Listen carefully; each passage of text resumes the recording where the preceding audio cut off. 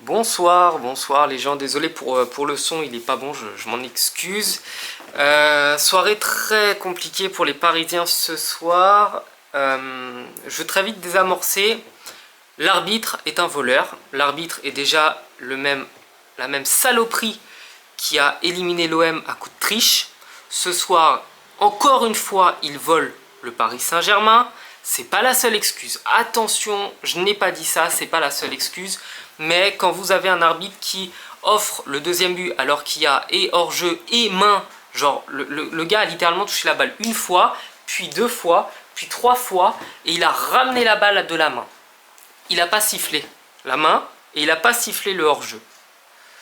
Il offre le deuxième but, donc déjà que les Parisiens étaient dans le mal, ça n'aide pas. Derrière, il y a Guimarães qui doit se faire expulser parce que lorsque vous mettez un coup de poing derrière la tête à votre adversaire, ça ne s'appelle pas en fait être au duel, votre adversaire est devant, vous mettez une patate dans le crâne, c'est rouge direct. Et évidemment, il y a eu d'autres décisions en la faveur, évidemment, comme toujours, de Newcastle. Donc, ils n'ont pas volé leur victoire. Mais l'arbitre est un voleur. C'est ce que je dirais. Après, bon, on va parler quand même du match du Paris Saint-Germain. Tout était acheté. Hein. C'était un match ignoble, un match intolérable, un match inacceptable. Des Parisiens qui méritent de perdre, hein, qui méritent vraiment de se prendre une valise. C'est bien fait pour eux. Leur attitude a été lamentable, mauvaise, très mauvaise.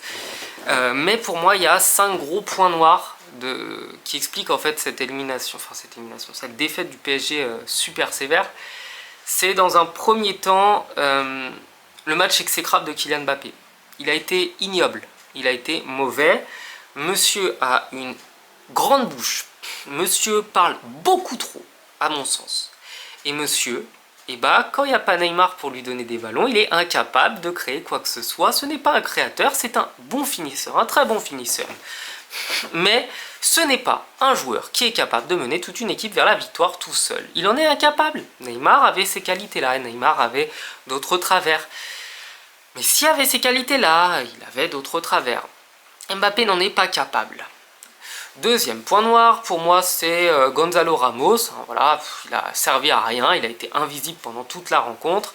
Et son match est à montrer dans les écoles de foot pour expliquer ce qu'il ne faut jamais faire quand vous êtes attaquant. Donc malheureusement, il avait fait un bon match contre Marseille ou contre Lyon. Ouais, Marseille, je crois. Et il a jamais rien fait d'autre de bien. Donc c'est vraiment une fumisterie intégrale, ce mec. Dembélé m'insupporte, troisième chose, ça m'insupporte son incapacité à marquer des buts. Vous pouvez lui donner un ballon tout seul dans la profondeur, en face à face avec le gardien, vous êtes quasiment sûr qu'il va tirer à côté. Donc c'est absolument pas un danger pour les équipes adverses, c'est même plutôt un gros avantage. Alors il a une bonne capacité de dribble, mais ça c'est très pratique quand vous faites un 5 contre 5 sans cage. Quand vous êtes sur un terrain de foot où le but c'est de marquer des buts, c'est pas facile. Pas facile du tout. Dembélé est un joueur très mauvais. Là, ça fait 10 matchs qu'il joue avec Paris, ça fait 10 matchs qu'il n'en a pas...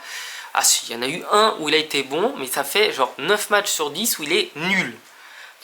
Comptant en plus que le reste du temps il va être blessé, c'est vraiment une fumisterie intégrale. Donc ça c'est le troisième point. Quatrième point, la brillante idée de Luis Enrique de jouer avec un milieu de terrain ou deux, hein, c'est brillant. 4 attaquants de milieu de terrain, c'est pitoyable. Jouer avec un seul attaquant, ça peut être un peu léger, mais c'est faisable.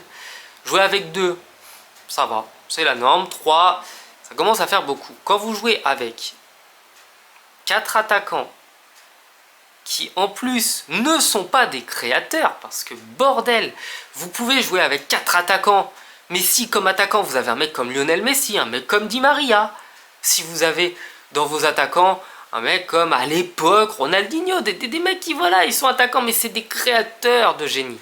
Il n'y en a pas un seul qui crée des choses. Kolo Muani crée rien, c'est un bon attaquant de pointe. Mbappé, il a un énorme melon, ce n'est pas un créateur. Dembélé, c'est un croqueur intégral. Et mettre un quatrième attaquant, c'est purement ridicule. Gonzalo Ramos, c'est pareil, c'est pas lui qui crée des actions.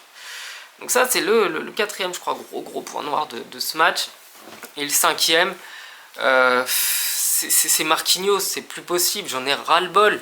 Je pensais, honnêtement, et je m'étais trompé qu'il était revenu, mais Marquinhos est un joueur merdique. Excusez-moi du peu.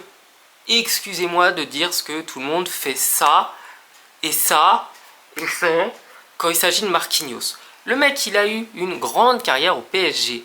Mais il est nul depuis 3 ans. 3-4 ans, il est mauvais.